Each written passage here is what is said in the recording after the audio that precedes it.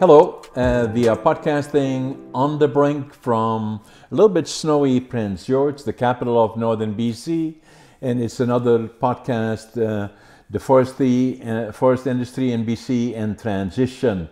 And my guest today is Rob Schuetz. He's the Industrial Forest Services CEO, has been a guest before, knowledgeable individual, an RPF, registered professional forest, very knowledgeable about what is happening in the forest industry, not only in BC, but virtually around Canada and the world for all of that, because the industry is in transition, not only here, but in a lot of other places. Rob, welcome to the show. Thank you, John. Nice to be here again.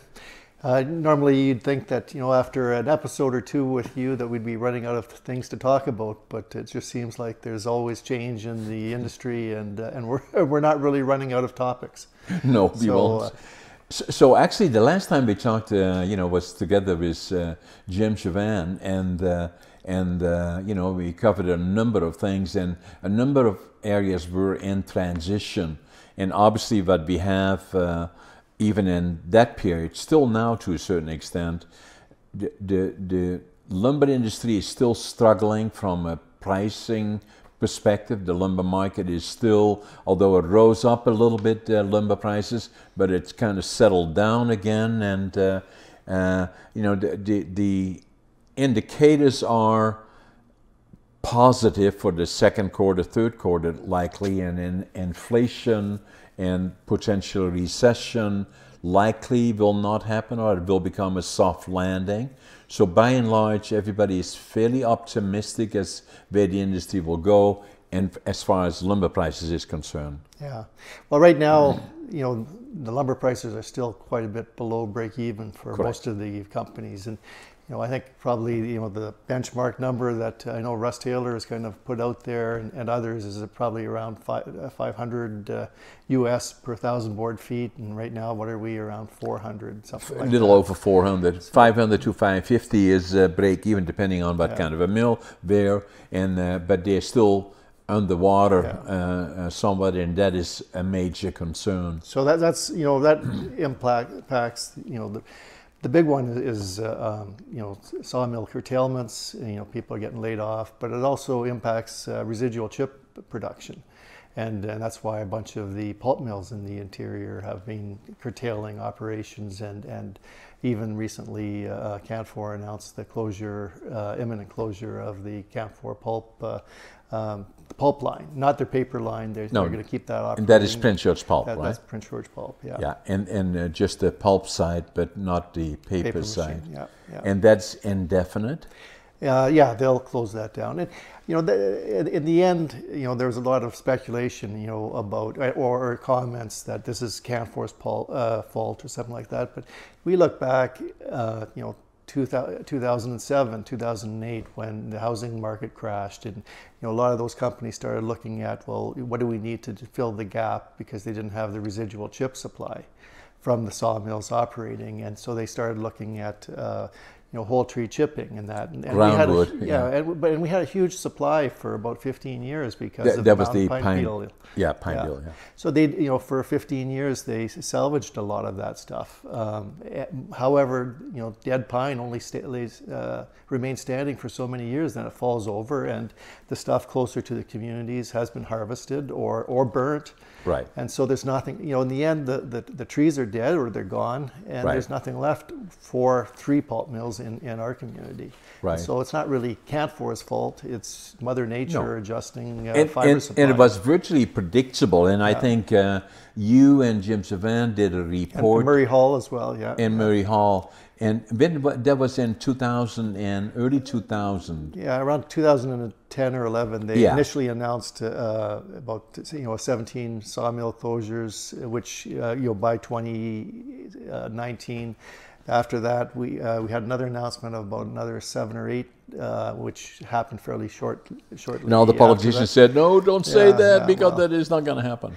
So now it's you lose that many sawmills, and there's, that's the residual chip supply is gone, and so the pulp mills can only survive so long with pulp logs, and then when that supply is gone, you're going to have to see pulp mills close. But we could say is 5 average sawmills required to feed 1 pulp mill, right? Yeah. And then since we talked the last time we talked, the numbers were around 35 have shut down, with possibly another 3, 4, 5 to go. Since that time, probably another 3 or so. I see the mill out west in Terrace has shut down. Well, curtailed, I think. They're temporary, and but Houston's up in the air, but Yeah, but the one in Terrace was the name of the... Chetwynd, you're thinking. Huh? No, Terrace, the mill that is... ROC Holdings. Yeah, and that's a tough operation too in that area in particular. And obviously, Canfor Houston has shut down since temporary, subject to the board of directors approving building a new mill, right? Yeah. So that's what I understand. And then obviously the Chetwynd has gone down permanently. Yeah, and that one you could almost foresee. The fiber supply for the conifer was really tight in that area, and when you make policy changes with respect to everything from a reduced harvest level in the tree farm, you got the blueberries decision, and that'll reduce the annual allowable cut, right? A little bit more. You got the caribou habitat initiative in that area. So all of those compounded on top of a situation where the fiber was already, in balance or already tight. Right. Yeah, somebody had to either all three, go, or all three would have had to operate at a significantly reduced operating level, which is not really profitable for those companies. So you named a couple of things there just for the benefit of our guest watching. Blueberry, well known by us in the industry, is basically relating to First Nations in one area, and also in Region 8. They call it, is in Treaty 8 in northeastern BC, and that affects the allocation of the annual allowable cut in that region significantly, right? Well, the number wasn't as significant as maybe it could have been. I think that the harvest level in that Fort St. John area is about, and I'm going off the top of my head here, probably about 2 million, and they were thinking it would drop by about 350,000. But it's a kind of combination of conifer and deciduous, and their supply of deciduous in that area is still really good. So what we're still trying to do with all those elements and all the industry and all the things that are going on all at the same time, everything is driven by the annual allowable cut and the availability of that cut. Add to that, to a certain extent, economics in terms of what is viable and not, but taking that off the table a little bit. As it adjusts, that means if primaries go down, ratio 4 or 5 sawmills will affect a pulp mill. It simply cannot sustain itself on roundwood. That's just economically not viable in a lot of cases. And then the other thing that is affected by it, and a lot of changes have taken place, is the pellet manufacturers. And again, for the benefit of our guests, we're talking about fuel pellets, not other pellets, but fuel pellets. There was a major readjustments with the evolution of pellets. I just want to talk about that a little bit, because relatively recent, really, if you look back in the late 90s, early 2000s, a lot of the pellet business started in this region with the Swan brothers in the Quesnel region, and then they built a plant here in Prince George, and then from there on in it expanded. Foreign capital came in. Tall Oil comes to mind from Sweden, that secured timber rights, mainly in the lodgepole pine, dead lodgepole pine, and then others started to invest, and then Pinnacle emerged as an organization that expanded, with different interests involved, combination of investments. And then only recently was Pinnacle and other companies acquired by Drax Power out of the UK. And how do you spell Drax? DRAX. And Drax is a major operation in Britain. Yeah. And so if you see that name, that they now control most of the pellet manufacturing, not only in British Columbia, but also in other areas. Yeah, they have a few mills in Alberta and then in the U.S. Southeast as well, Alabama. And they more and more trying to control more of the pellet. Yeah, well, I don't know how all the carbon incentives work in the UK, Right. but basically what these power generating facilities in the UK, they traditionally they burnt coal to produce steam that would run their generators, and they're just offsetting, they're replacing the coal with the pellets. Yeah, or partially. Yeah. And it's mainly related to EU regulations and all of that involved. But what will happen is that is more and more demand for pellets around the world and expansion in other areas. Yeah. Especially with the war in Ukraine, because a lot of that those pellets were also coming from Russia and Belarus, and so with the sanctions on those countries, all being affected by it. All of that's been stopped. So what it tells us is that, that although we are respectfully, watching our own little world here, but everything is affected by the rest of the world, more so now than ever before, because even in Europe,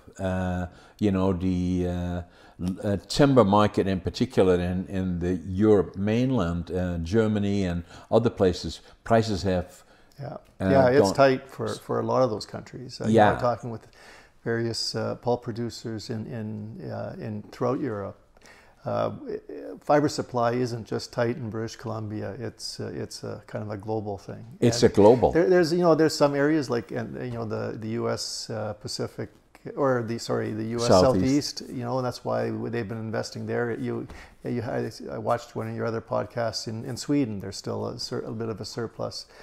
So there's a few areas that there's availability of fiber, but in most areas where the industry had traditionally built, it's pretty tight.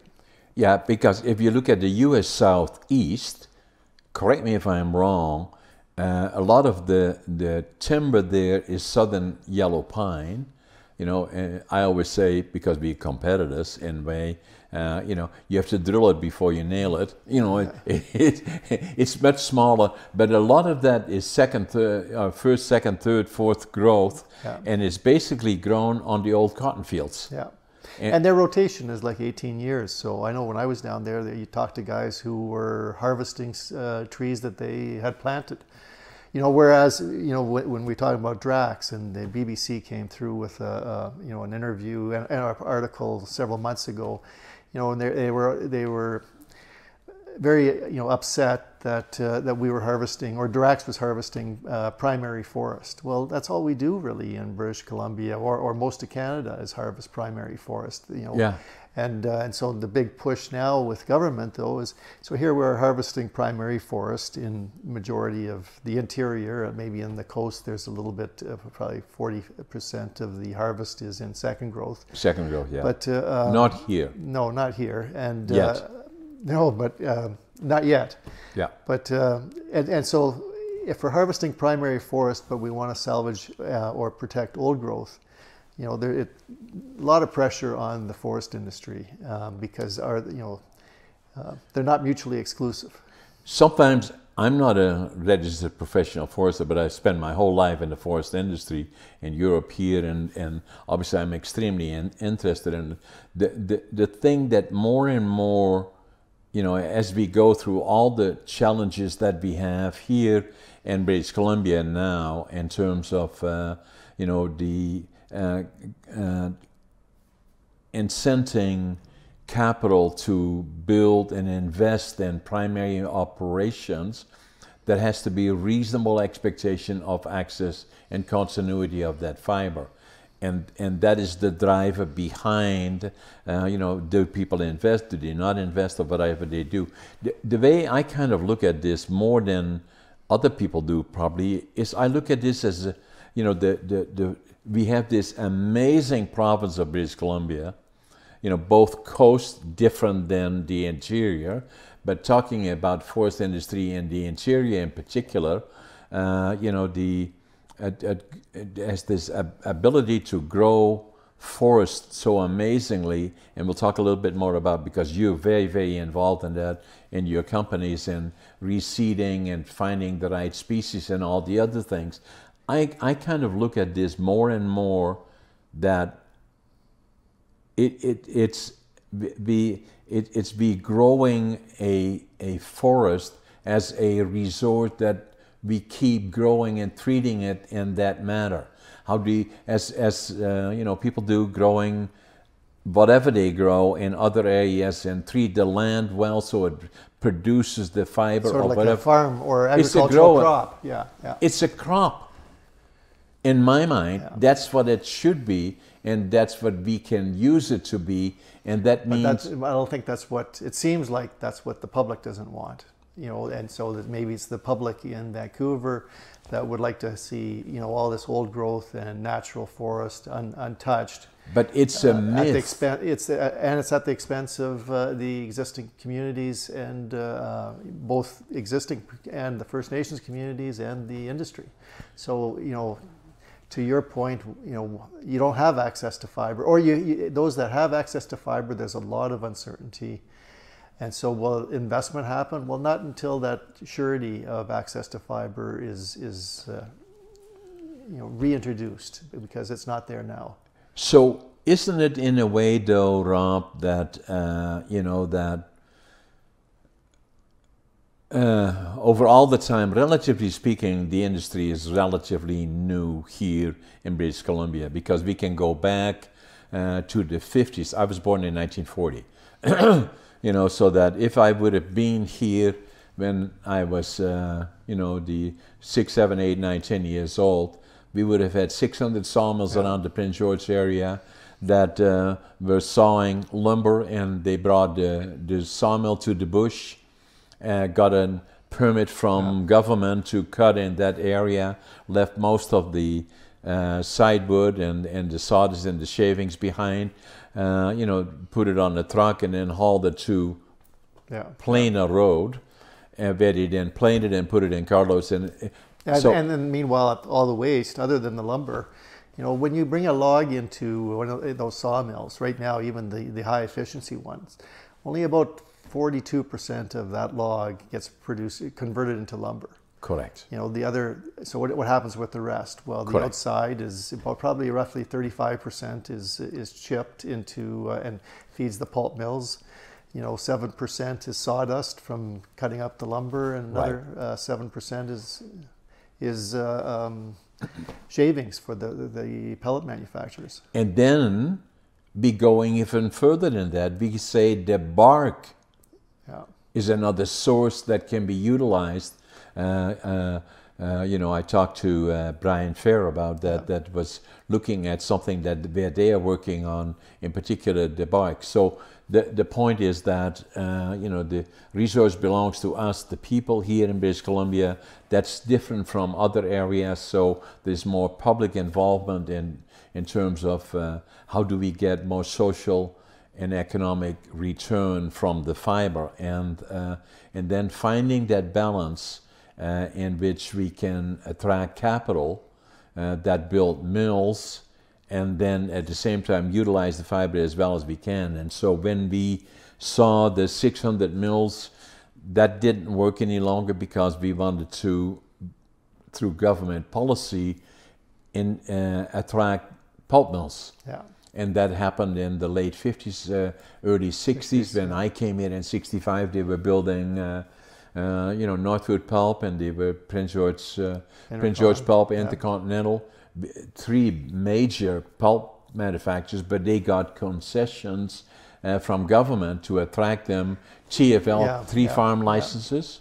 Yeah, and I don't think, yeah, they all got not tree farm licenses. The pulp mills got pulpwood agreements, Okay. you know, which really backstopped the financial investment.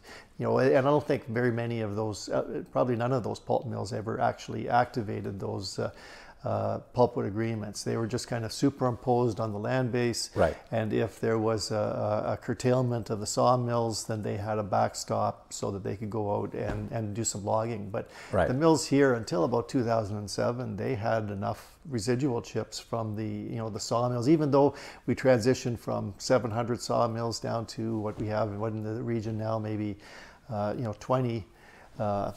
Somewhere around there. There was enough, residual chips from the production of lumber to support those 3 pulp mills. Yeah. In fact, in the early 80s, I think Northwood Pulp virtually doubled in capacity. I always kind of look at it and say we got 4 pulp mills, because Intercontinental and Pinchos Pulp built in the mid-60s, then Northwood Pulp built around the same time, and then they doubled in size in the early 80s. Yeah, and then, in the 90s it was transition away from, because initially it was all these NBSK pulp, which is pulp that was created using chemicals. And then in the late 80s, early 90s, there were a few of these BCTMP pulp mills that were built, one in Quesnel, one in Taylor, and where those mills grind the wood up, so they only use half as much, or a little less than half as much fiber to create the pulp. So they're much more efficient than those mills. They're more efficient in fiber utilization than the chemical mills, but the strength in the fiber isn't as strong. It's not as great. So the chemical mills really, they boil it and introduce chemicals. Is that where the smell comes from? You're asking the wrong guy for that. But, okay, but it would be. I know it's much better now, but in the beginning, it used to be the difference between the one and the other. So okay. So it's a lot of change and it never stops changing. But for a bunch of those years, like you said, the investment was in the industry was generated as a result of access to fiber and surety of that fiber. Now, as we're transitioning, or government has taken the steps to transition to their new vision of the forest industry, which incorporates more old growth protection, more First Nations involvement, and value added. Well, that process of getting there is going to create a lot of uncertainty for the existing industry, because it's taking from Peter to pay Paul. But it's all happening at the same time. Is that because of if I look at it, so there we have difficult market conditions. We got the lodgepole pine epidemic, beetle. Then we got spruce beetle involvement. So reducing the annual allowable cut, which used to be at about 60 million cubic meters, and as high as 80 million cubic meters to deal with the... My thought is there ever a good time? It makes you wonder, right? Yeah, people don't like change. They like what they're comfortable with. We're in the process of a lot of change right now, and there's going to be job losses. Some of those are induced by the mountain pine beetle or the spruce beetle, or some will be induced by caribou habitat protection or old growth protection. So if I sit here, and saying that I believe, that we are, not only because the stability of, if we watch TV and all the problems that we have in Egypt, and looking at Turkey and Syria, and then the Ukraine, and all the problems, even the United States and the storms and all the other things that happen, it's relatively stable here, beautiful, politically stable. We don't always like it necessarily, but relatively speaking, compared to Russia and the other places. And it has this amazing land that grows timbers so well, so that I believe that, although in the midterm, because of pine beetle and a number of other things, the AUC is coming down, and that all the things that are being done, you're so deeply involved in. A lot of questions that I get, you do too, a lot of times, is saying that, well, we're knocking down all the trees, but we don't plant them. That is wrong, because that was dramatically changed in the mid-'80s, when industry took over replanting as an obligation rather than government trying to manage it. Since that time, the delays in replanting have been caught up. We not only planting 3 or 4 trees for every one that is being knocked down. So that part, in terms of making sure that we are good stewards in it as we get through the midterm, wherever that is, 40, 50 years maybe, we will have a solid renewable and maintaining a solid forest. So along those lines, when we draw the picture of what we're facing now and what you're facing, and you got so many negative stories that we've been kind of hearing. Right. And we, even internally, we had, when Jim was here and they had the, Jim Gervan, and they had the association conference, Association of Forest Professional Conference last week. He gave a talk to a bunch of my staff just on that picture, and he finished it off, and it was kind of this sense of doom and gloom, but at the same time, you don't want to leave people with the perspective that it's a sunset industry, because what my take on it, and then Jim agreed too, was that we've lost a lot of sawmills in the interior over the last decade, primarily initially and now as a function of the mountain pine beetle epidemic and rationalization. But the mills that are left are all the best mills that standing. They're all first quartile mills in North America. Their one problem right now is not the access to fiber, but the cost of the fiber. So we're some of the the highest operating costs for logging and for stumpage in North America, and that's one of the drivers that is pushing mills to close in British Columbia, maybe before they close in Alberta or in other jurisdictions. Yeah, and to put it into perspective in terms of cost, although we have some issues with stumpage as well, that's more or less the tax you pay on a per cubic meter of harvested wood that goes to the government.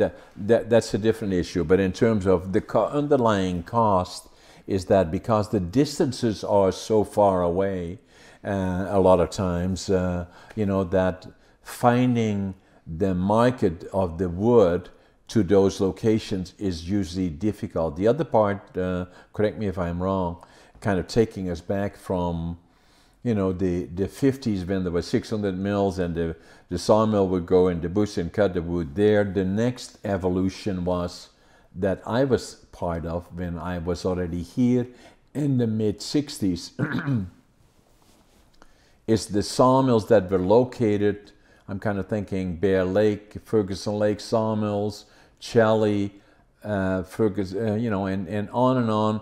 The sawmills were in the bush more further to centers, and they then started consolidating in central areas, because all of a sudden now chips and other byproducts were required in certain locations, and that transition took place, and it eliminated again a number of mills in the process already. I'm thinking about major operations. Rustad had a mill in the BCR site. Their Carrier Lumber was there. Halco was there. Netherlands Overseas was there. Bear Lake or Paw Lumber was there. And then, and that evolution is still going on as the industry tries to find a new model that will fit them better in terms of, rather than building, if I look at Houston, for instance, what happened in Houston? Well, the Houston sawmill used to be Northwood, and before that it was I forget who built it now. It was a bit of a disaster when they built it, but that's going before my time. The name just escapes me. But then the Northwood organization bought it, and it was the largest mill in the world physically. Yeah. Well, that's out of the window now. Those mills don't work effective and efficient anymore. Well, they would work if the fiber was there, but rationalization of fiber supply. So that's what. But I think even in the future, the mill, an operation like that takes the big logs and small, it will be more focused, I believe, and I'm just thinking from what will the industry look like as we go forward, and but I say a lot of times the mills will be smaller, more effective, more efficient, more technology. They will employ less people, and they will try to extract more value from that log, in certain areas, but not the huge super mills that all the wood flows into. Well, that's the I guess the vision that the government has as well. And so they're probably in the process of juggling, reduced fiber supply, the demands from First Nations, demands for old growth, and it's only after they reconcile all of those and still try to maintain the existing industry that they're looking at guys like yourself with value added. So they had the announcement in late January, about. Was it 800,000? I'm guessing a little bit for BCTS wood to go to value added, which 600,000. 600, okay. Yeah. Which is really it's hopefully it's just one step in the right direction, but it's not much of a step to generate investment in the short term. I was not happy about that. I saw your reaction. Yeah. So simply what I'm saying, that as we all kind of look at it, you do, I do, and so does everybody else, is that there are a lot of issues right now that will shape the industry as we go forward. What we already know for a fact is that First Nations will have 20% of the AAC. They will share in the revenue, meaning stumpage, in some formula or another. The likelihood is that I believe that as communities become more and more upset about the whole concept of pertinency, saying that lumber or timber manufacture in the region should be manufactured in the region, that concept has gone somewhat out the window. Wow. Pressure will come back that communities will say, we want to have a share of the timber in our region, so it gets us involved in determining or attracting capital that will invest there. I see what you're saying. I don't know if, the whole idea of pertinency, just so that people know, that was,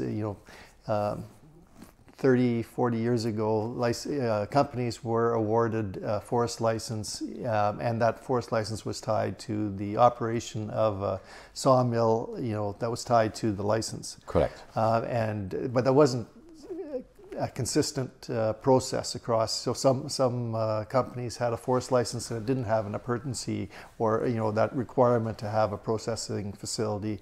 Others did, and so I think it was around 2002 the Liberal government did away with that. Right. For better or worse, and in some communities it was considerably worse.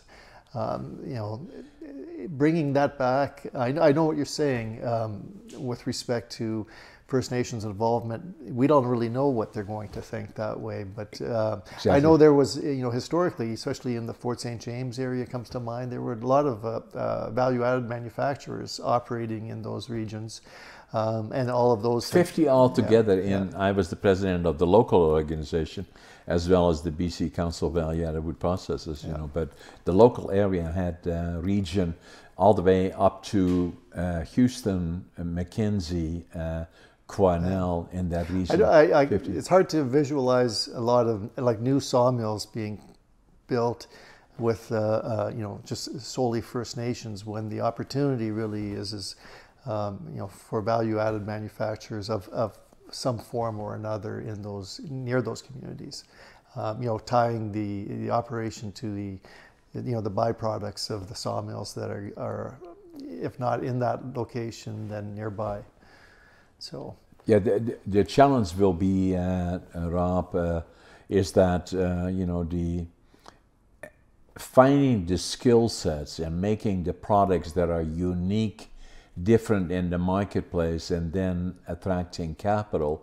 Unless you have reasonable expectations of access to fiber, nobody's going to invest a nickel, right? Yeah. So the way I see it now, and even people like Russ Taylor agree with me, and I'm sure you do as well as many others, is saying that there is potential and value added of lumber. I'm talking not about other things. Yeah. I'm not saying that there are no other things, but lumber in particular, there are. I think that the primary sector could do more in terms of trying to work on strategic relationships with sound and solid secondary manufacturers that pay their bills and that have been in business for a long time. And a lot of times that is not happening now, and that's very unfortunate. I'll give you an example. That's why I'm upset about it, not as it relates to Brink, but in terms of, we do fine, but in terms of how do we attract investment in value-added manufacturing.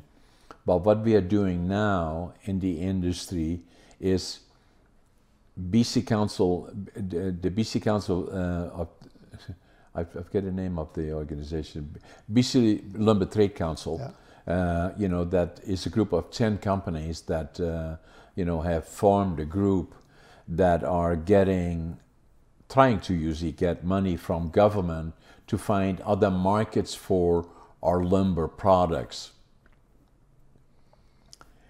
And then I always wonder about it, like if we're making dimension lumber, if you go to China, in China they're not building houses like we use. They are usually bottom feeders, so they take the lower 20% of the low grades and then put it into value-added products. Yeah. Or use it for forms because it's primarily... Or forms or whatever. But they could be further manufactured here and probably get a better price for it. And that would be beneficial to the primaries to do that. But the government, in fact, helps to find the other markets for it. They're now looking at other markets in India to sell them what? Yeah, to sell more of the low grade. Low grades. Yeah. And then they go to Japan to sell high grades. But in the meantime... So on the one side, they want to create value added. On the other side, they're looking for an outlet for the low grade. Actively that would support, involved in it. And then injury to all of this, on top of all of that, if you, the whole idea about the duties is that, that has been going on for virtually 100 years, and in particular since the early 80s, 25, 30 years ago, is that, the suggestion by the American producers that, the primary sector, by access to timber is subsidized, and they want to penalize them. We were able at one point to negotiate a deal alongside of the primaries that if you were a secondary manufacturer and had no timber rights or an arm's length relationship to a primary, not directly to timber, then you would only pay duties on the input material. If the raw material costs you $100 to buy, that's where you pay the duty. If you added $400 per thousand in value, and whatever products may be, if you ship that, that would not be penalized then. Well, that changed because the government, in conjunction with the BC Trade Council, chose not to have that included, and that was kind of the death knell. Kind of an oversight, I think, on their part. Oversight on their part through lack of representation, probably from value. Well, one hopes that it. I don't think it. And that's not being cynical about it, but that how could it possibly be oversight? It was in the benefit of the, to negotiate the best deal for the primary sector, not to involve secondaries because it makes it more complicated then, and. But the combination of all of those things put a lot of people out of business. And so where we are now in the secondary manufacturing sector, I believe after the last announcement that was made by the government with BCTS that allocated about 60 or 600,000 cubic meters. For secondary manufacturing is just doesn't amount to anything. Yeah. Not for anything new. No. Nobody's going to start. Especially when that's spread out across the province. If it's 600,000 provincially, well, what's that? It's not more than one sawmill. Really. Is that 100,000? 50,000 in Prince George and 50,000 in Quesnel. Yeah.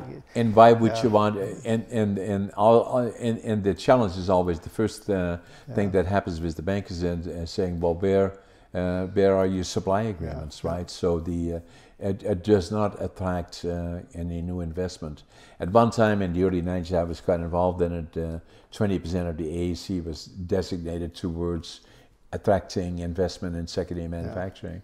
Unfortunately, that didn't happen, and now the amount that was allocated, we already had double that amount in BCTS. That, for all intents and purposes, was half of what they already had, which is all unfortunate. But I've belabored that already quite a bit. But I still believe that in the future there could be potential in further manufacturing, but it will not happen. Not in the next few years, anyway. Not in the next few years. No. But then, kind of looking at looking forward, that there are opportunities. Working with First Nations for one. That will control a lot of the fiber, and some of the other things as well. And maybe that's the other angle that government's thinking. If 20% of the fiber goes to First Nations and they're having a say, and they're getting they want not just the portion of the stumpage, but investment in their community, then maybe they'll tie the access to fiber to the majors to secondary manufacturing production. But that's hypothesizing on what might happen in some of these communities, whether they take that direction or not. You see, a lot of times as First Nations, with all due respect, is we cannot develop the skill sets, because secondary manufacturing a lot of times takes unique skill sets, and then if you cannot attract capital to do that, other than just having the fiber, we will not attract the. So that's where the alliances with the majors and them putting pressure on is probably similar to what happened back in the late or mid 90s, in that when you had a lot of these, the value-added companies developed in that period. It was access to fiber through the Small Business Forest Enterprise Program. Now it's going to be a little bit more access to fiber through First Nations tenures. Which will be interesting, to say the least. So now, for those people that are watching in particular, saying that, what is happening now in terms of the growing more fiber, more timber? How long, and we're talking about the midterm, so for a period, once we find the balance between supply and demand for manufacturing capacity and timber availability, it will find one way or the other the balance as we look forward through what we call the midterm. But then still have issues that we hear virtually all the time, is we are not as, BC is the highest cost province. I'm not talking about cost of hauling or cutting the timber, because our province is virtually the same size as Alberta. How come Alberta has more stability than BC from an operational perspective? Their government's a little bit more pro-industry. And they've reconciled a lot of their First Nations claims. They have treaties, so that isn't a problem. Okay.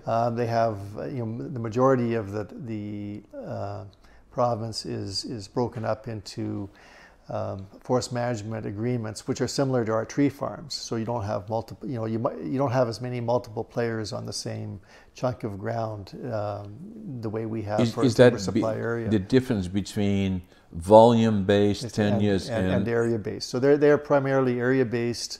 Their forest management agreements are managed by for the majority of the province are managed by the forest companies. That is a unique difference, Rob, right? Because what we say a lot of times is that and we have some examples of it, Dunkley would be one, where they had a small 80,000 cubic meters or so license, they doubled or tripled it in size just by good management.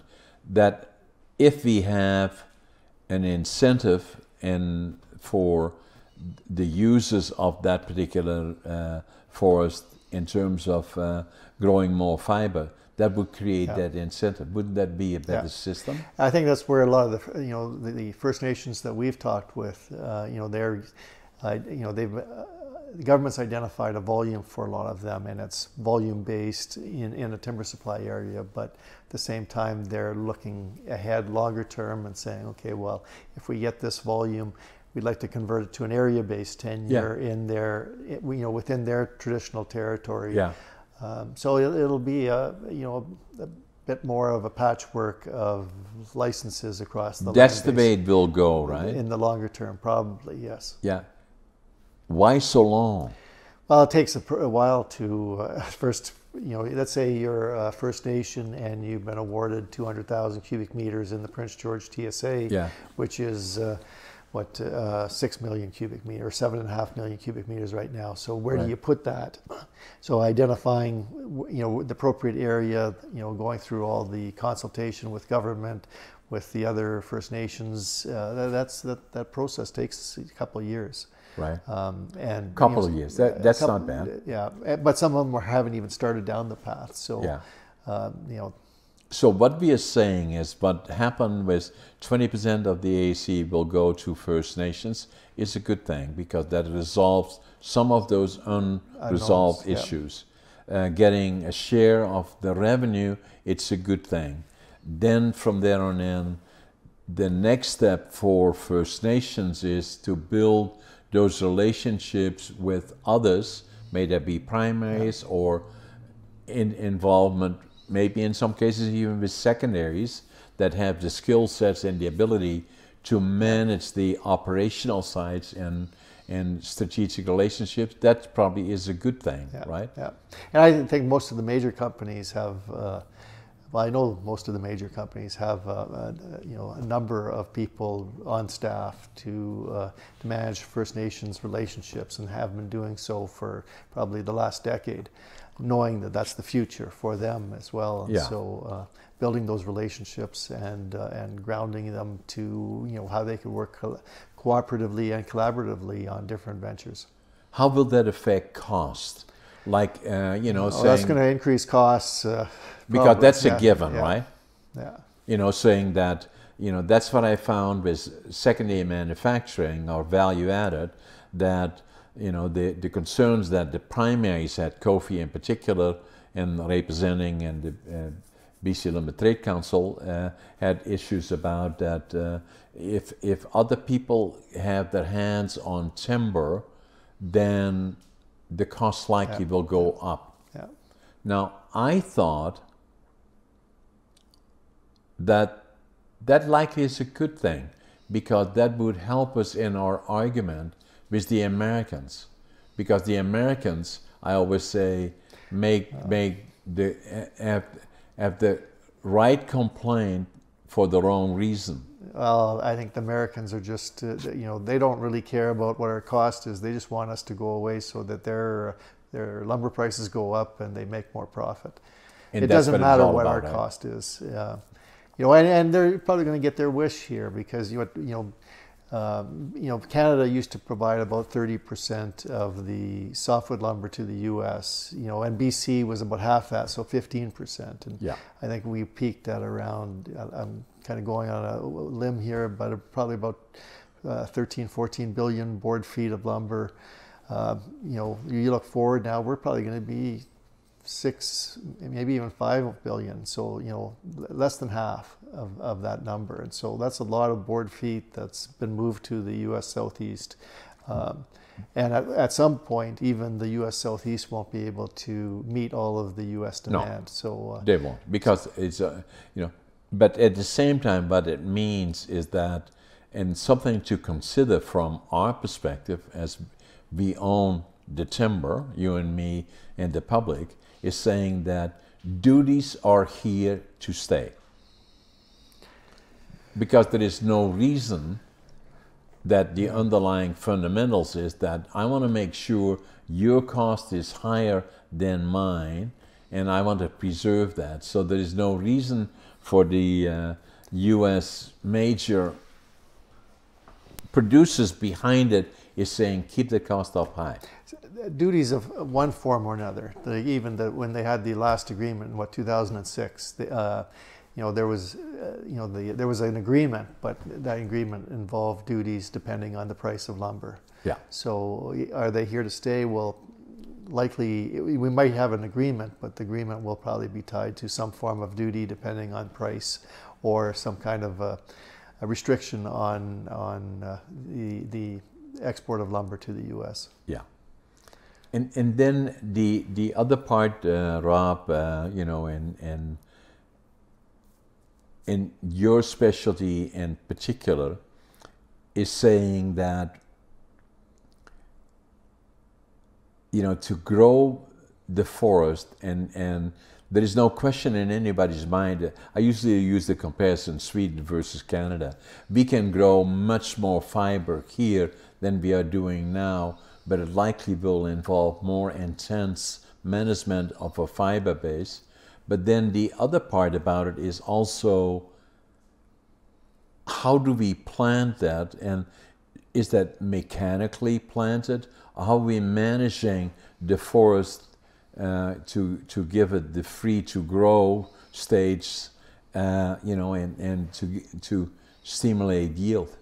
So that's an interesting and longer topic, but the interesting part, especially from my company's perspective, is that in the last 10 years, you've seen the annual allowable cut decline significantly. You've seen the amount of the harvest actually decline from provincially 95 million in say 2010 to 70 or 65 million now. The amount of area harvested annually has dropped probably about by at least 50%, simply because we've transitioned from these large clear cuts in the dead pine to higher volume stands in the mountains on steeper slopes, but it's spruce and balsam, that kind of thing. So so with all these declines, what we've also seen is that the amount of seedlings that are planted has almost doubled. 10 years ago we planted about 1,100 seedlings per hectare. And that was mainly, again, in these pine areas where trees grow back naturally, and they were, the licensees were planting just enough to make sure that they achieved their free to grow. But in the last 10 years, we've seen, as you transition to steeper slopes, you've got more brush and more competition. It's a little bit wetter. The forest companies started planting more for two reasons. One is the competition. They needed more seedlings, and ideally larger seedlings, to compete with the underbrush. But then there's a transition away from using herbicides in a lot of these areas. And so if you're not using herbicide, then and you have that competition for sunlight, it puts the seedlings at risk. So how do you combat that? You plant more seedlings to remove some of that risk. So what we've seen is from 2010, we planted provincially close to about 210 million seedlings per year in the province. 2019, 2020, we hit almost 305, 310 million seedlings. So it's a good news story from the seedling perspective. We'll probably drop back a little bit in the near future, not as low as it was in 2010, but our forecasts are still around 250 million seedlings a year for planting. All of that is the seedlings are better quality. They've got seed orchards. They do the genetic testing to make sure that they're the best seedlings, fastest growing, that kind of thing. So, all of that translates to a shorter rotation. Where before we're harvesting stands that were 100, 120 years old, sometimes as old as 200. Once we get into these second growth stands, it'll be trees that were planted 40, 50, 60 years ago. And that's what we're looking at right now. I know you, before coming in here, you had mentioned government's got a bunch of incentives or money allocated towards silviculture, and that's looking at different commercial thinning scenarios, that kind of thing. And late 80s they were harvesting in the Bowron, which was just 30 kilometers, 40 kilometers east of here. And the seedlings in there, actually not seedlings anymore, the trees in there are already 30 centimeters, and that's what, 40, not even 40, 35 years ago. So there's, the seedlings growing in that plantation or that old harvest area from the 1985 to 1987. I had a sawmill there in 1983. So if they can get access to them, and that's I know that's one of the issues that some of the forest companies have said is the government has these. Even though commercial thinning is widely spread out throughout the world, they've got all of these bureaucratic constraints on what's eligible, that it's kind of inhibiting development in those areas. That's a bit of a problem, right, to say it mildly. So at the same time, maybe that that will open up with this new investment by government towards alternative silviculture practices.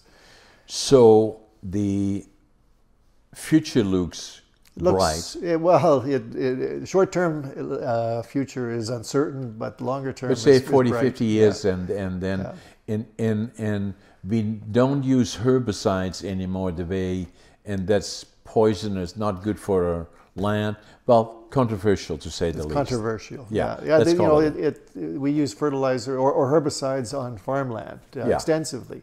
So the idea was, well, is how different is our plantations from if we're going to treat it as a crop, we treat it as a crop, but that's not what the that's where it should go, in my opinion, and treating it as a crop. Now thinning, is that not I'm just kind of dreaming here a little bit, is saying that drone technology will be used. There is no question about that, and likely already is. And could it not be Rob, that that I have this machine that I developed, but hypothetically speaking, that I can send out there and then say, manage this land here, and then exactly record the things that are being done, and does it totally automated? Well, drones are getting more and more popular, but it's just another tool to limit boots on the ground. You can see what you can see on the ground. You can see in a lot less time and a lot less effort just by using employing a drone. And you get a bird's eye view for a fraction of the cost, and that's the incentive there. I know they're even looking at it for tree planting and utilizing drones. Makes sense, right? Well, yes and no. In certain areas, it'll make sense. At the same time, using drones, depending on for planting, are they seeding? We don't really have enough seed, because the factor using drone seeding, it might be 5 times as much seed that you would need to cover an area. There's hurdles, but the whole process is continually it's evolving. in transition, right? And then, but if we are sitting here, you and me, and having been in the industry for a long time, still are in it, then as we look forward and saying in the short term, yeah, it has been a challenge for the public and the communities, and thousands of jobs have been lost, and but I think that it is now slowly getting to the point where we are in balance more than we were before. We still see changes happening, but I believe that we are approaching the point where, also looking back, that the markets have not been very good as they get back, hopefully to a sense of normality, which we kind of think that it will be a soft landing in terms of a recession. Prices will come back. Should be nice if it was back to 1600, I think. Well, maybe a lot of those companies. At least to 1,000, but and then that will give industry confidence, and then we'll see more investment again, because it's not a sunset industry. That's the message I want to give to our readers. In fact, to the contrary, it is an industry in transition. The future looks good. More parties will be becoming part of the industry, and it will look different, but there are lots of opportunities as we go forward. There's a lot of sawmills still going to be here, in another 10 or 20 years. And, I believe so too. Maybe not as many, but the ones that are left are going to be very efficient and very, a clean place to work, even, because with all the evolution in dust control and that in those sawmills, and automation and that, you're not really moving lumber the way you did before. It's no more question about that. And I still believe, I'd be remiss if I didn't say this, that at least 50% of the lumber being manufactured in the future will go up the value chain, and that's where the opportunities are, and I deeply believe in that. But in the meantime, that we're very, very fortunate being part of this industry, having part of the history, and as it evolves as we speak. Yeah. Rob, John, thank you for being my guest again. Thanks. Yeah.